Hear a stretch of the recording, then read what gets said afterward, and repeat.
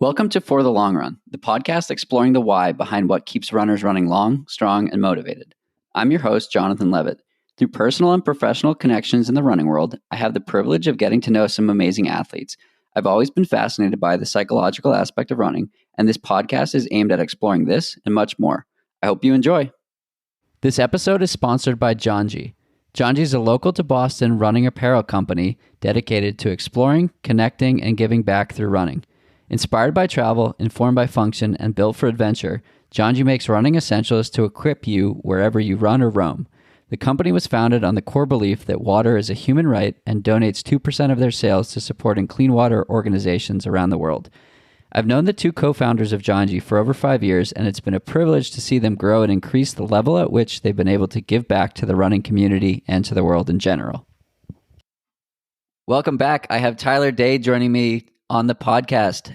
Tyler, thanks so much for taking some time to chat. For sure. Yeah. Thanks, Jonathan, for having me on. For sure. So first question, it's usually a doozy. Who is Tyler?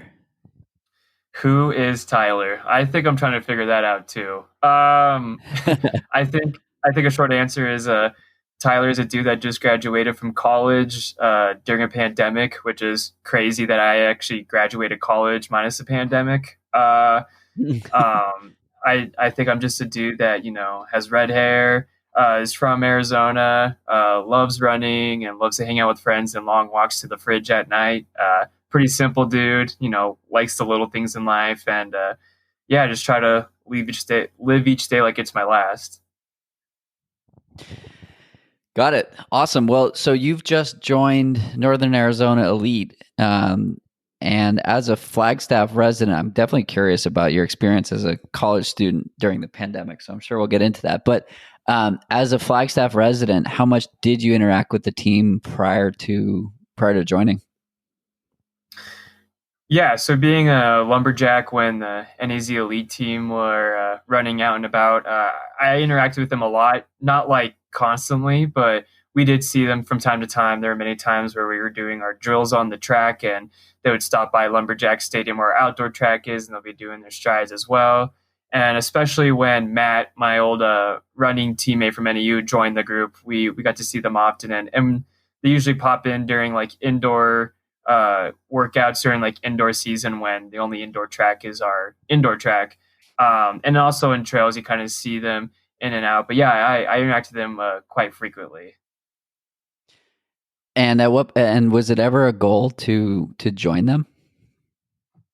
Oh yeah, totally. I even before the pandemic hit, before I had options to go pro, I definitely had my eyes on NAZ Elite. I like how they train. I like the people that are on the team, and I like the environment that they're in. So for me, those are the kind of three selling points and it's also easy to find a pro group that's also, in your backyard, regardless if I'm a Flagstaff resident or, if I'm back home in Gilbert, Arizona, it's only 2 hours away. So I'm not too far from home either. Awesome. I'm so curious. What was it like? So you graduated this past spring? Mm-hmm. Yeah. What was spring semester like? So spring, I had a pretty interesting spring semester. So it took me 5 years to do my undergrad. And so it was my last semester, and I literally only had one class, and it was Instagram reporting, and it was an online class. And I found out that I could take it for an 8-week class. So what I did was I took it as the second half of the second semester class. So all through indoor season, I actually didn't have any classes. So it was pretty sick. I was just training indoor season, and when we were in Boston, my teammates had to study for exams. I was just reading Dracula. I was just reading for fun, not forced reading. It was kind of interesting.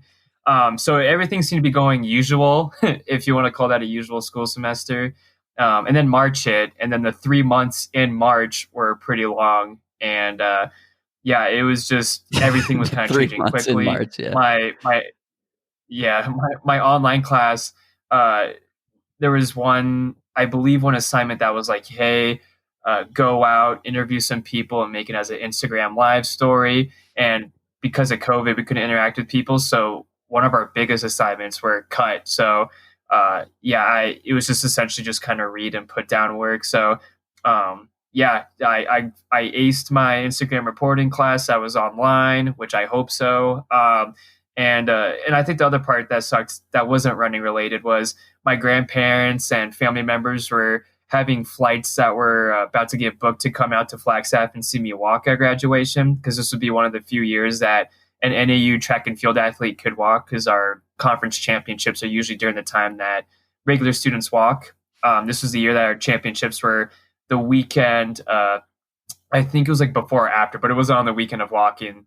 So I was allowed to walk, and yeah, they weren't able to see me walk. And so they're like, "Oh, you're going to do the virtual graduation?" I was like, "You could just text me congrats." That's probably about the same thing. Yeah, it was definitely, so I had I had relatives that were graduating at the same time and in college, and I just can't imagine being a virtual student, particularly as a graduating student. Was there did it feel anticlimactic? I mean, yeah, kind of. I remember when I came into NAU, it was obviously way tougher than high school, which I feel like if you go to college, you wish it's tougher than your high school. But I remember coming in, and I was feeling overwhelmed because it was the first time I've done like hardcore training, and it was the first time I've taken a bunch of classes. Now everything matters. I pay for my classes, I pay for my books, so I can't take anything for granted. And I worked 5 years, worked my butt off in the classroom and on the athletic side of things. And just to have it be like, taken away, it was kind of bittersweet. But also, instead of throwing a pity party, I know there's other families that wish they had it that easy. Like there were other families where their loved ones were in hospitals and they weren't allowed to see them. There were other families that, have people that have underlying health conditions that they can't even go out and, go for a walk because of this. So I know, like on the surface level, I was pretty bummed. And I know my mom was like, "Oh, do you ever feel sorry about it?" And I'm like, "Yeah, it does suck. I'm not going to lie, but I'm healthy. I did the one thing that I was told to do when I left home, and I graduated college. And it was just, I was very thankful that I was healthy during that time. But yeah, it did hurt a little bit, but I knew that I was in good hands. Is gratitude something that you intentionally practice? I definitely adopted it over the time. I know that younger Tyler did not practice gratitude at all. And it was a dude that just kind of took everything for granted and kind of ran with it with a smile. And now growing up, I definitely learned to do gratitude, especially during this time. It's usually for cross country or track, it's always something you could count on. It's always a sport that's a non-cut sport. It's a sport that everyone can do. Cross country was always in the winter time. Track was always in the springtime.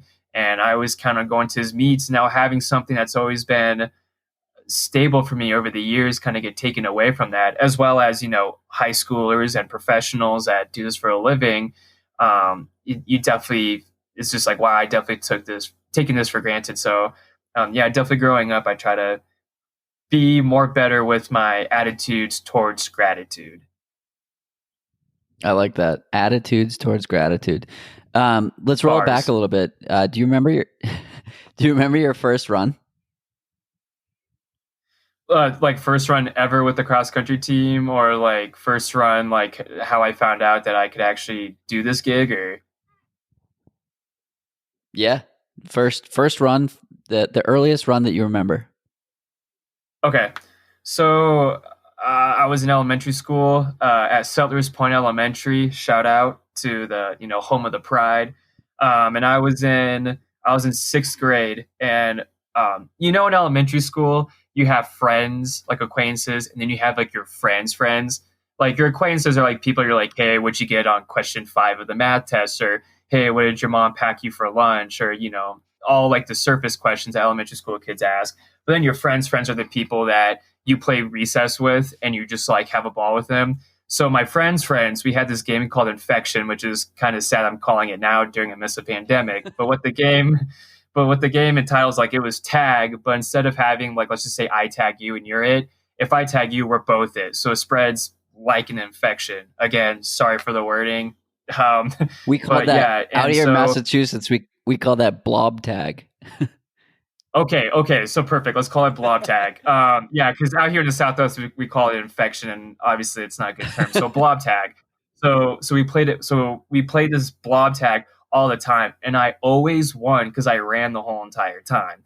Now, and I mean, I was pretty quick too when they try to get close, but I would just be running around the soccer fields like a maniac, and teachers would be kind of like weirded out that I would be doing this. And I remember one day my friends that I play blob tag, they're all absent. They're either sick, playing hooky, whatnot. I was only blob runner there, and no one else to play blob tag with me.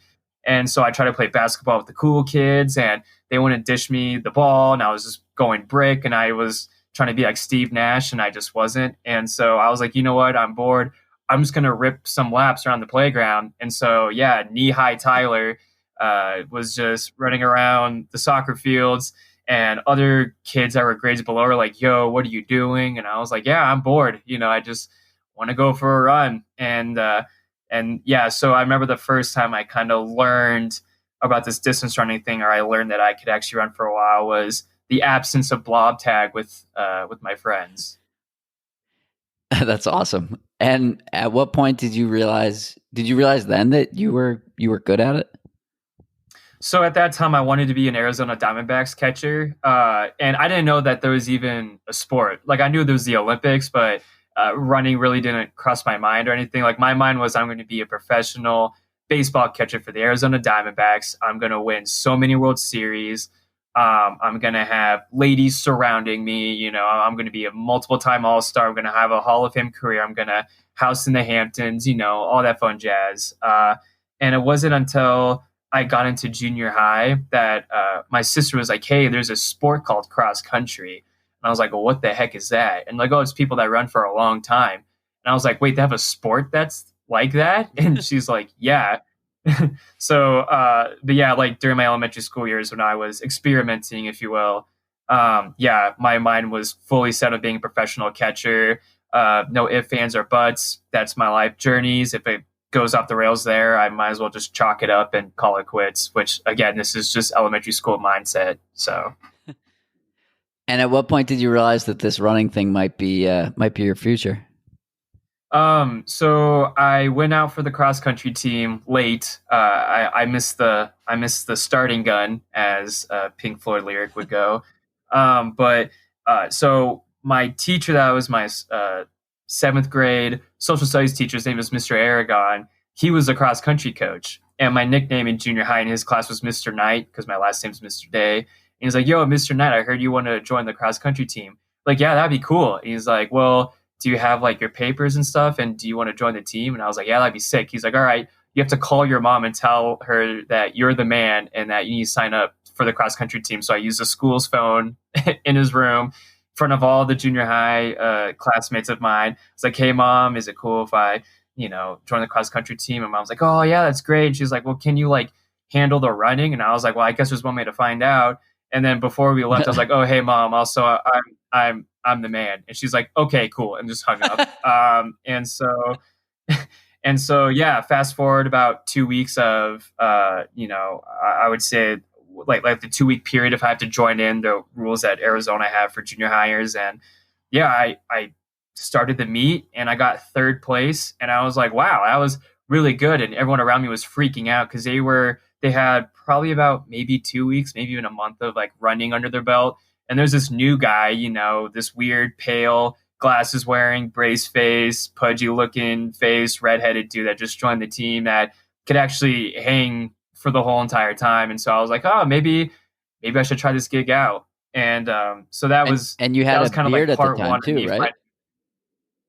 Oh, dude, no, beard came way later. We could talk about the beard later, but yeah, no, my genetics. So other people go through puberty. I went through a mutation, so like it wasn't as pretty. But but I had the hair to make up for the facial hair or the peach fuzz I was getting there or whatnot. And then part two, and me finding out I was a distance runner, was I didn't make the seventh grade junior high baseball team, and I was like, oh well, might as well just do track. Yeah, that seems like logical progression. So that was middle school, and talk to me Mhm. about high school and the recruiting process to become a lumberjack. Yeah, so I went to a school called Mesquite High School, same city in Gilbert, and Mesquite isn't really known for running. There's another high school in Gilbert named Highland High School, which recently Leo Dodgeback, he just became a sub 4 minute miler in high school. He went to Highland, so high school is a perennial powerhouse in Gilbert for running. I went to Mesquite, not the perennial powerhouse, but we just tried as hard still. And yeah, I joined the team. I made varsity, which was super cool, and try to work my way through. I was super low mileage. I did 25 to 35 miles a week all through 4 years of high school. And I was fortunate enough that during my senior campaign, I was second at state and cross country. I was 5 seconds away from the W. I got outkicked. Shocker.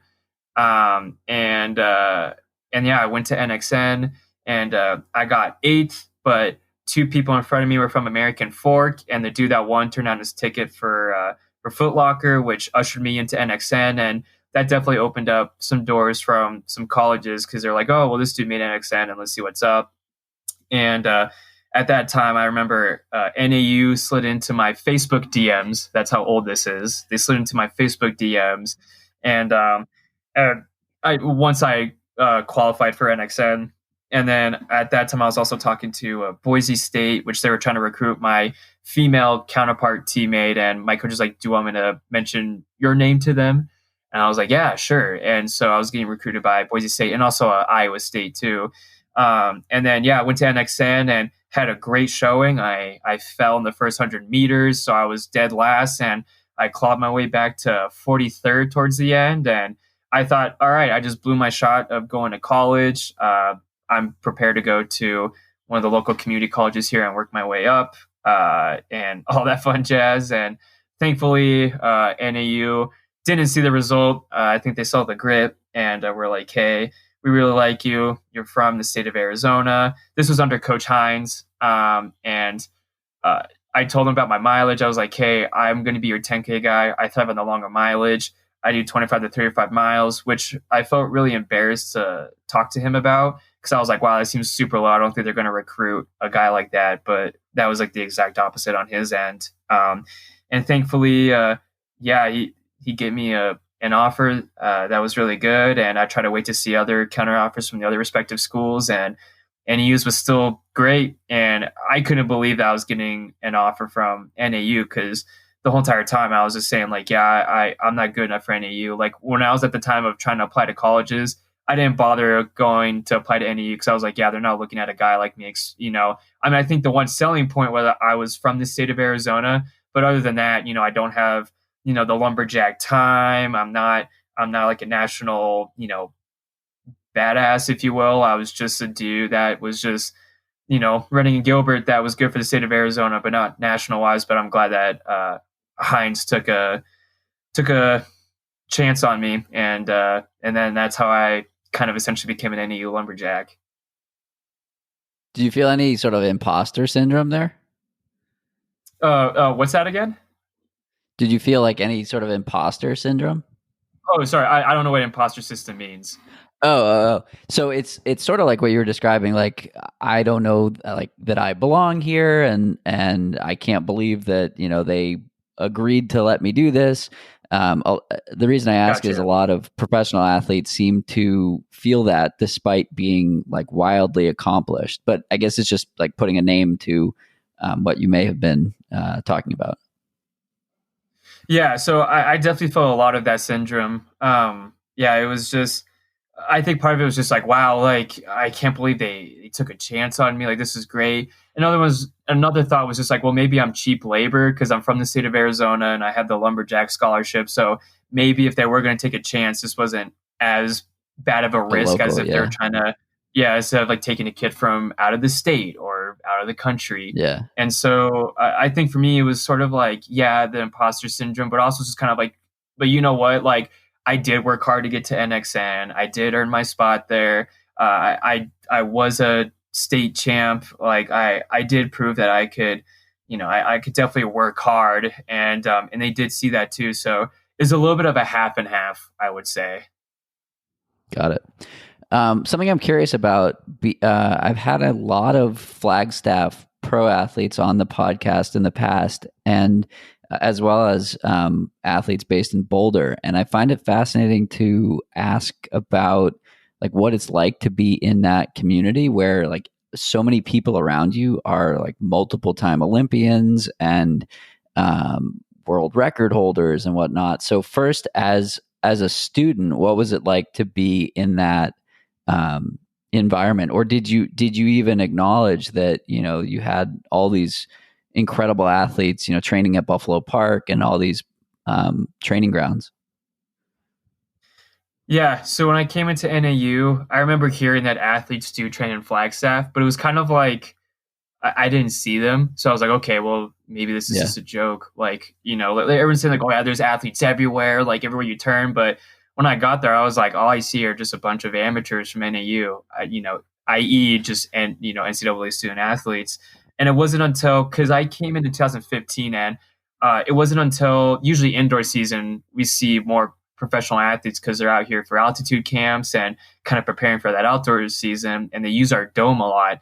And so that's when I started seeing a lot more people. And I was like, oh, wow, okay, so this is what they're talking about. So I was like really stoked that I was like, hey, not only do I get to train up here and live up here, but I get to do it here, on a way better expense than these professional athletes. And it really ramped up whenever it was an Olympic year.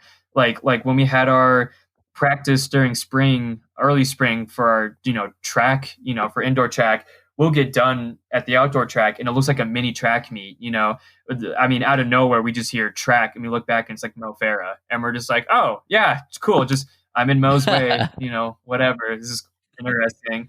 And also, it's just like, also like the local talent too. It's like, not only do we have like really great track athletes that come, but also we have like professional trail runners that come up here and kill it too. It's like, it's so like on the track, I'm about to get run over by multiple medalists and like world champs and world record holders. And then on the trail, I'm about to get, I see heights like a bearded fellow, and that dude just done, rim to rim to rim like the day before, or like, or this dude's a multiple time Western States, qualifier, and he lives in town. So at first I didn't think I was finding what I was looking for. And then once I got into NAU, I was like, okay, I think I know where I could find these gatherings and groups of people. So that's awesome.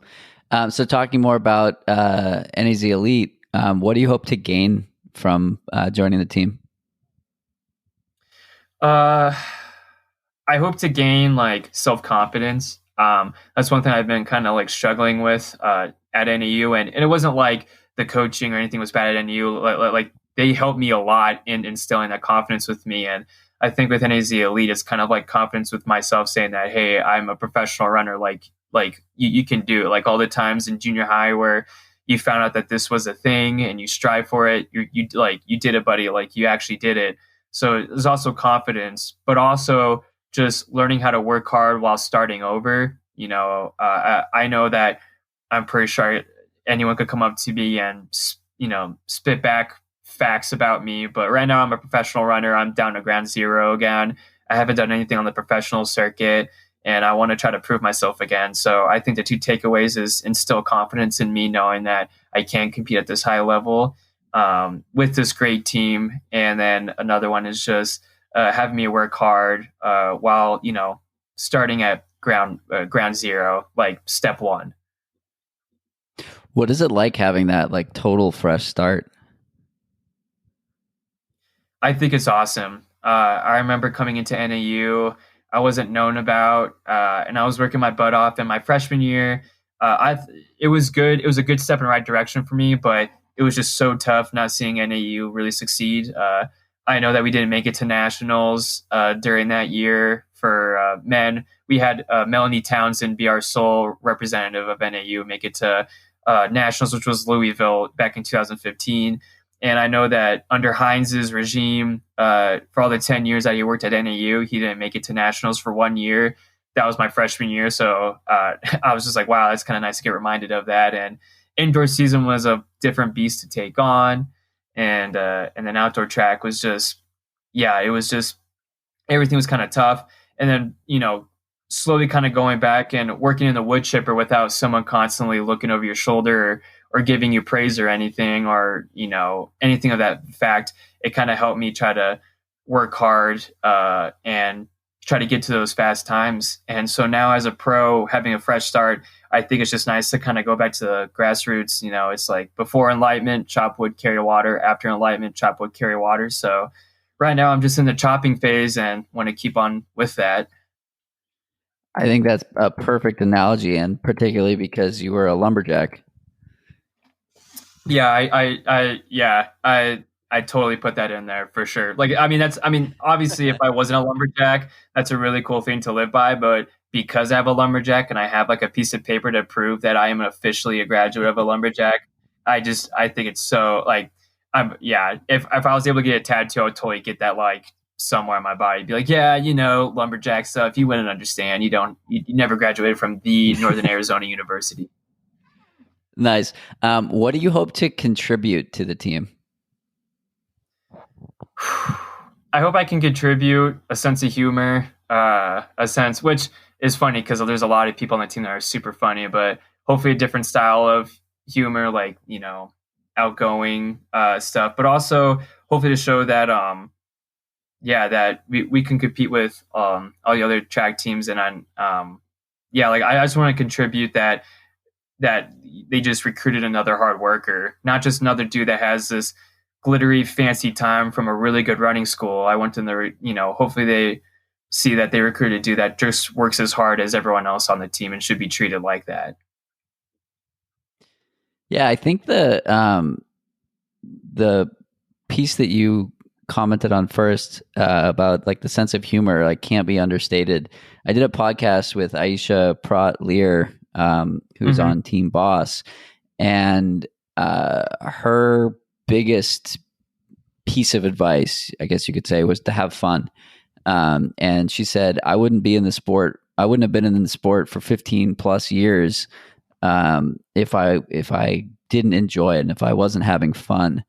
And there's a 30-year-old professional athlete who said not the most important thing, but one of the many important things is to have fun. If you're not having fun, what's the point, right? That's true, I think, anywhere in life. And sure, there are things you need to do and whatnot, but if you're choosing something and you're not having fun, it's worth reassessing. And so I think it's so refreshing to hear somebody like yourself or Aisha or anybody who gets paid to compete talk about and remind us as amateurs that you need to have fun, and it's not just like a side effect, but it can be a focus. The joking that goes on with the Scots and the other athletes on the team, I think it's like one of the reasons that you guys are able to be successful, because it's this environment that makes the grind and the hard work fun, and not just fun, but like enjoyable. 100%. Yeah. I know, like, running wise, it's, our sport is usually known as other people's like punishment, like in PE, right. If you run late for a class, what do? You take a lap. Our sport is usually synopsis with pain, with misery. And now for people who are being paid to endure this pain and miserable sport, air quotes, it's, you got to have a little fun. There would be days where the mileage that you're doing alone, like, do suck. There's going to be days where it's hard to roll out in the morning, whether it's in the summer and it's super hot, or in the cold, or in the winter when it's super cold. And if you don't find joy in that, then what you're doing is just putting yourself through punishment, So if you find joy, and this is, I'm coming from a running background, but this is for any activities, you could apply this to anything in life. If you're not having fun doing it, then why are you doing it? If you're doing it to impress somebody but not help yourself out, that's, you want to do things that are for you. Life's short, you only have one shot at it, and might as well do something that's fun and worthwhile. So. Totally. Thanks again to Janji for sponsoring the podcast. I've enjoyed seeing Janji grow over the years, and their gear has only gotten better as time has gone on. I have a few pairs of both the AFO split and AFO middle shorts and highly recommend them. Their singlets are super cool too. You can take 15% off all month with the code FTLR15. I hope you love them as much as I do. And now back to our conversation. Where do you dream of taking your running? I think the fill in the blank answer for professional runner is, go to the Olympics. So that's definitely a goal, is I want to represent my country at the Olympics or represent my country at world championships and stuff. But I think long-term answer is I just want to help maybe inspire someone. I'm not here to lead a movement. I'm not here to be like, oh, all the Sasquatches in the world, we must unite for this one, Squatch trot. Hopefully maybe one day there's like one person listening to this, regardless if they're a runner or not, that's just like, hey, that dude's doing what he loves and, going all in on it. Maybe I should try something like that. And so, I would say just pen and paper answer, something to look in the book, is make it to the Olympics, try to have a long, fruitful career, have a good career on the track, have a good career on the roads, and maybe get invited to these running conventions to talk to people, sign autographs, yada, yada. But I think the more emotional answer is hopefully I inspire someone to go out there, get out there, and just do what they love. So the theme of Northern Arizona Elite is train hard, race fearlessly, and share the whole journey, right? So correct. The inspiring others is a natural fit into that. How much of that approach to training was discussed in your conversations before joining the team? I think it was just a lot. I remember when I talked to Ben Rosario, he was just like, hey, when you came to NAU, we were just going into our second year of being a professional group that was just sponsored by Hoka. And now during this time, you saw how much you progressed, All-Americans, cross-country championships, your fast times. But then you also saw how we progressed too. And so I think it was just kind of like we both had like the same path, as in my career as a college athlete, and then how the team was going. It's just like, it's really inspiring to see anyone do that. So maybe, that definitely caught my attention too, saying like, hey, like, yeah, they're definitely increasing with all that times. But also it's just, you look at the people on the team that are on there, Steph Bruce, she's on the team. She has the motto grit. She has her great like clothing line and all that fun jazz. And she's a runner who's PRing during a time where a lot of people are saying like that's during the downtime of like your peak, so to speak. But she's still out there killing it, ripping it, and still PRing, and that's definitely inspiring to others in that way too. So awesome. Yeah, I think it's you talk about being inspiring or motivating other runners. I think that by being able to see these ups and downs, it makes the amateur experience more relatable. Yeah, there's definitely a crossroads that runners, regardless of any level, whether it's amateur or professional, or if you're retired, there's always a crossroads that people usually cross. And I know for me, I experienced it when I was in AU. I know my career was on a pretty linear trajectory going up. And I remember indoor season last year, or that whole entire track season last year, it was just really rough for me. I never had a down track season ever in my life. And I remember Smith pulled me aside and he goes, hey man, I told you before that you're going to be reaching this crossroads, and this is your crossroads.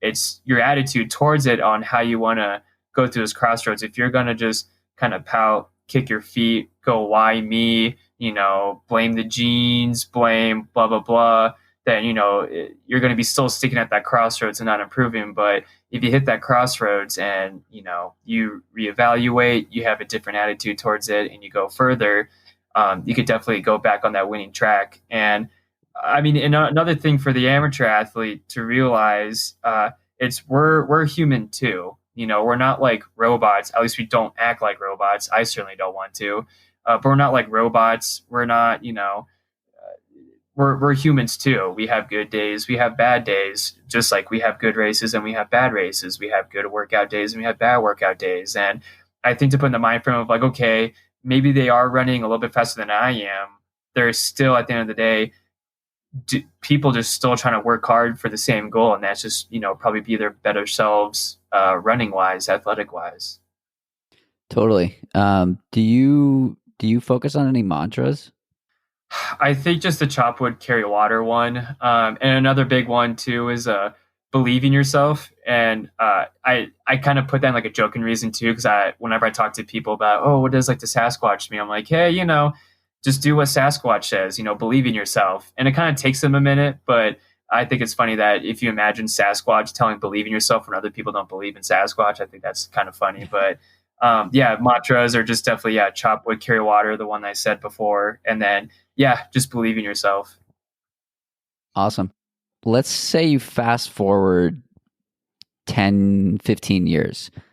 What are you Okay. really proud of accomplishing? I know I asked about where do you dream of taking your running, but what are you tangibly going to be proud of, or intangibly?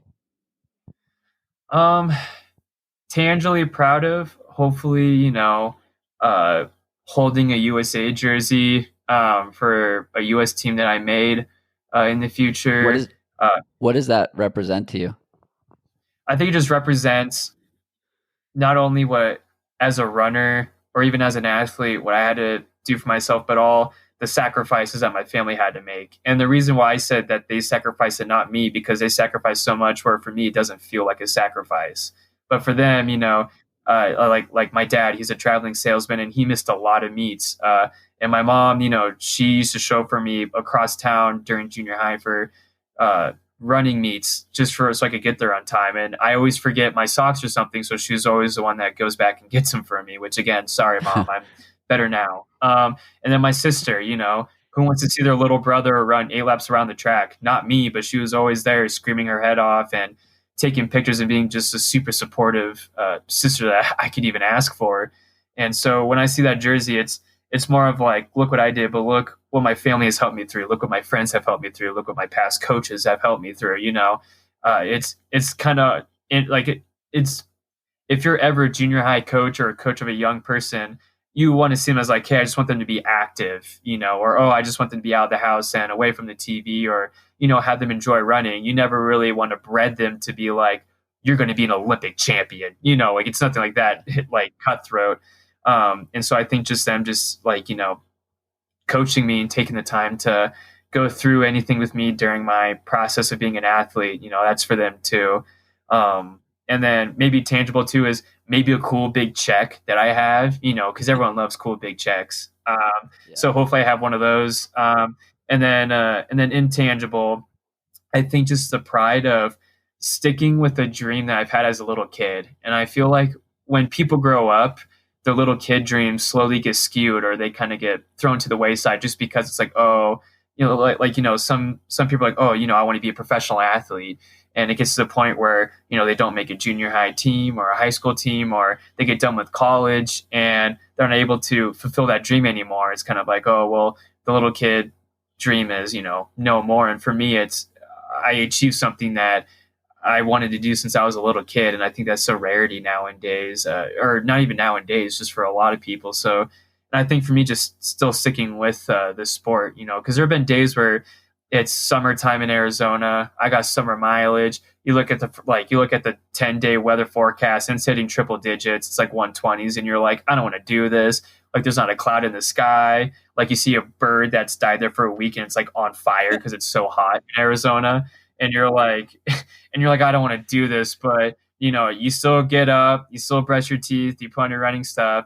And then, I mean, for me, I always add an extra step. I put on sunblock because, protect your skin. But, and then you just go out the door and just sweat it out and know that the work that you put in now is going to work out in the end. I think it's just, yeah, all the years of, all those high school races, all those college races, all those traveling, all the time for me going through the classroom so I could graduate and, and be able to live this life as a professional runner. I think intangibly it's just thinking like, hey, I worked hard to actually achieve a dream that, I mean, for me, if it worked hard for it, but I feel for other people, it might have been a, long shot, if they're in my position. So.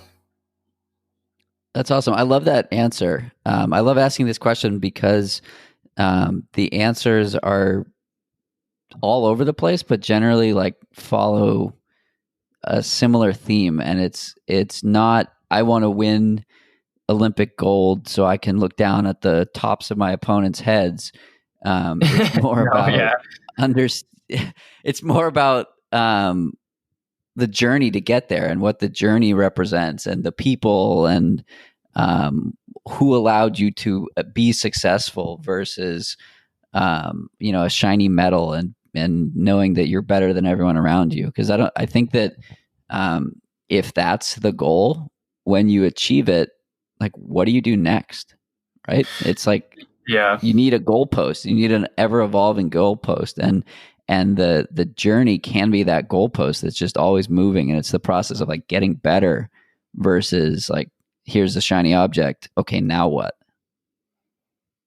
Yeah, I mean, if it was like young Tyler talking, I would have probably done your first answer. I want to be on the top of the podium and look down on the people I beat down. But right. I mean, even for me, I'm still trying to. I remember in indoors at NAU, we tried to get our DMR to NCAA's, and we were in Pocatello, Idaho, and we ran on a for the trail runners out there. That's the distance medley relay. Oh, sorry. Yeah. So it's a 1,200 meter leg, I think a 400 meter leg, an 800 meter leg, and a mile leg. And I was sanctioned out for the mile leg, and we were on a wooden track, 200 meter track. Yes, we still run on those, and we try to get our distance medley relay to the NCAA meet. They take the top 12 teams, and with elevation conversion, we had a chance.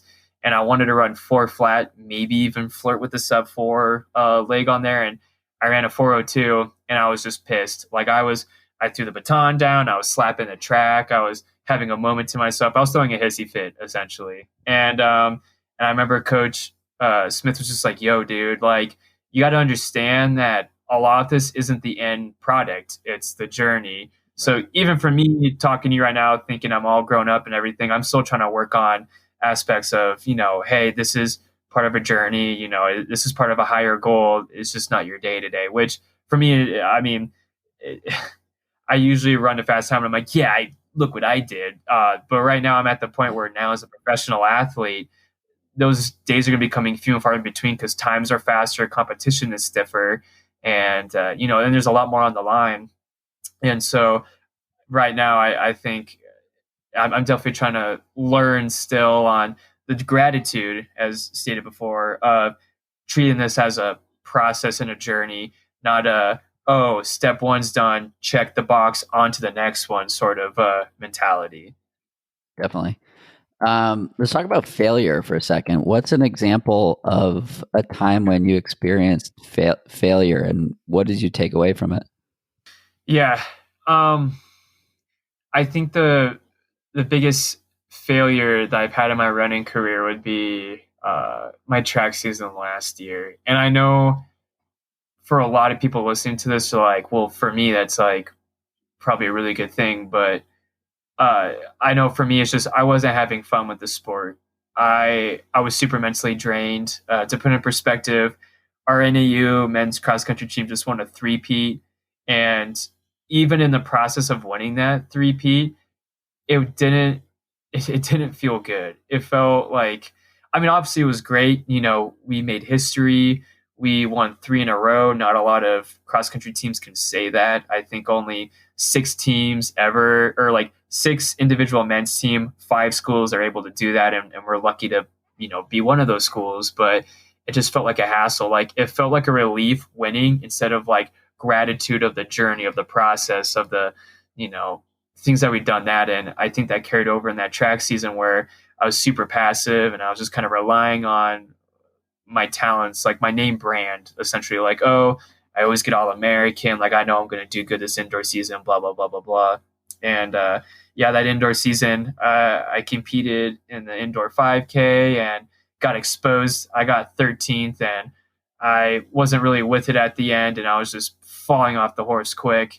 And then track season came and I did have some pretty good times. I PR'd in my 5,000 meter time, ran 13:25, and that was a big stepping stone. And I was like, oh yeah, guess what? We're back. But then I couldn't even qualify out of the first round in the 5Ks, and I have the number one time in the nation. And that was also the summer where I was thankfully picked because of that 13:25 5K time to represent my country at the Pan American Games. And that was a big thing for me and my family. Like I said before, what the USA singlet means to me. And I went to Peru, and I got 10th. I ran poorly. That summer was just very difficult for me physically and mentally wise. And I think after that USA race, I came back home to Arizona and kind of looked at, the fancy USA gear and blah, blah, blah, not really feeling I gave it my best. And I was just like, wow, this sucks. Like, this is not how you represent your training. This isn't how you represent your school or the lumberjack way, even though Coach Smith was talking me off the ledge. He's like, hey man, like, you're still good to represent the school good or well. But it was just kind of like, wow, like it was kind of a wake up moment where, all right, like this is the first time you've been kicked down during your running career. And, right now it's, are you going to fight or flight? Like if you can't take it, then why are you telling people you want to be a professional athlete if you can't take one bad season or the criticisms that come with it? And so I try to readjust my mental focus on my approach to running and accepting it as something I do enjoy, something that I want to do. It's not a chore for me anymore. It's not for clout or anything of that matter. And just try to kind of go off from step one again, and it's been working from there ever since. Love it. A couple lighter questions. Okay. Submitted Thank from, you. from the fans here. Yeah. Is a burrito bowl a burrito? All right. So someone on my team named Fable, part of the burrito mafia, he's the godfather, if you will. He says no. He said that's a salad, 100%. And for me, burrito bowl, it could be a wild card. Yeah, I mean, I know it's a name, but it's a wild card because here's why. If it's a burrito bowl but there's no tortilla with it, sure, it's a salad. Even though there's protein in it, sure, I can see it as a salad. But if you have a burrito bowl and you have a different, tortilla, and you bring it home and you put in your certain tortilla and you wrap it up, then it's, I can see that be a burrito bowl that's been souped up to a burrito. But I've never heard of anyone, like usually if you're going to go home and get a burrito, you're just going to order burrito at the store. So yeah, for me, I think it's a salad, even though the name is in the name is in the burrito bowl. I don't know. I feel like if it's not encased in a nice, warm, beautiful tortilla, it's just a salad, 100%. All right. Next, equally important question. What is the best burger in Flagstaff? All right. Best burger in Flagstaff. Best burger that you can buy in Flagstaff would be probably Diablo Burger. It's in downtown Flagstaff, or during the night when you're going down for dinner, you might want to call it Swagstaff. Am I right? But yeah, you go down yonder, and you go up to Diablo Burger, and they're gourmet burgers. So obviously, if it's called a gourmet burger, it's going to come with a gourmet price. But I swear it's worth it. I like the fries. I like the sauce they put on it. And they give discounts to pro runners, I hear. I haven't utilized it yet, but I will once my name gets in the system. But then the best burger, in my opinion, in Flagstaff is what I make at home. Nice. I cook burgers. And how I set up my burger is I have burgers on one side of the grill. And on the other one, I cook my bacon first. And then when the bacon's all done, I use the bacon grease to cook my eggs. And I have sunny side eggs, so I cook my eggs. And then by the time I'm done cooking my bacon and cooking my eggs, the meat patty should be done. So then I kind of put a little Swiss cheese on top of it to let it melt when I turn off the grill. And I take my whole wheat buns, put them bad boys down. You put down the burger on top. Then you put down your bacon, and you put the eggs on top. And I put green chili on top of that bad boy. And then you take the bun, and then you smish it so it could be a waterfall of yolk all over that. And then make sure you got napkins because it's gonna be a mess, but it's worth it. So yeah, money to buy burger. Diablo Burger. Money you can't buy burger. Come see me. So a lot of people listen to this podcast on their long run. So I envision a lot of post long run burgers being had today. Another And if you're very hungry during this important. time, I sorely apologize. I'm hungry right now. Another important question related to food in Flagstaff: best pizza. Oof. Best pizza. You didn't jump on I Pizza don't go out for pizza. Hold on. I was going to explain it like I did my burgers, but before I get criticized in the comments, I'm going to say something. If it's a non-commercial place, Pizza Cletta, and that beats out everything else too. I've only had their pizzas once, but when I had it, it was life-changing, and I need to go back for more. The reason why I haven't gone back to Pizza Cletta is I always forget what the location is. Again, I'm not really the sharpest tool of the shed, but once everything opens up, I'm going to be a customer there. I'm going to be, one of the people that they actually have to kick out because they're like, dude, like, you're ruining service. You're scaring all the people out of my restaurant. And then and then a pizza joint that is very commercialized. We have oregano's up here. And so definitely like oregano's. For those who don't know what oregano's is, I don't know if it's all across the U.S. that they have stores, but oregano's is it's like an Italian like joint. Like you get pizza, but you also get like pasta. A lot of people get Alfredo of the dark, which is super good, but the pizza I get there is like the Clark Street meat pizza, which is pretty much meat lovers galore, and they're really good at their thin crust pizza. So I get the 18-inch thin crust pizza so I could eat a bunch of it, but then have some to take home because it's so good.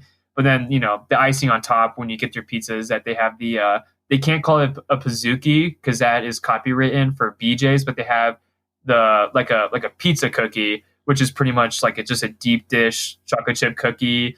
And they put so it's super hot, like chocolate chip cookie bed. And then they just put like 2 scoopfuls of like whatever ice cream you want.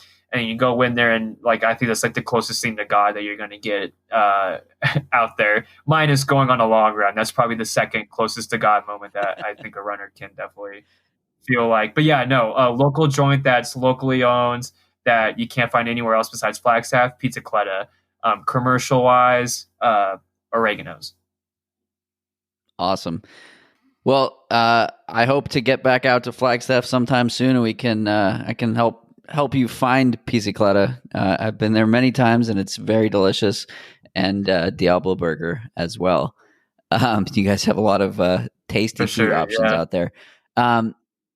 Before we sign off, where can people follow you if they want to follow along with your journey and your barbecuing? Yeah. So you can follow me on Instagram, Facebook, Twitter, Google Plus. Maybe in person, the Flagstaff United Trail System. But they can follow me on pretty much all social media platforms. Awesome. Well, Tyler, thanks so much for taking the time to chat, and hope to see you out there. For sure. Yeah. Thanks, Jonathan. Hope you have a good day. That's it for today's episode. Like many long runs, it's sad when it has to end. I hope you join in next week on For the Long Run. And in the meantime, happy trails. If you've enjoyed this episode, it would mean a lot to me if you shared it so that others can find it and enjoy it too.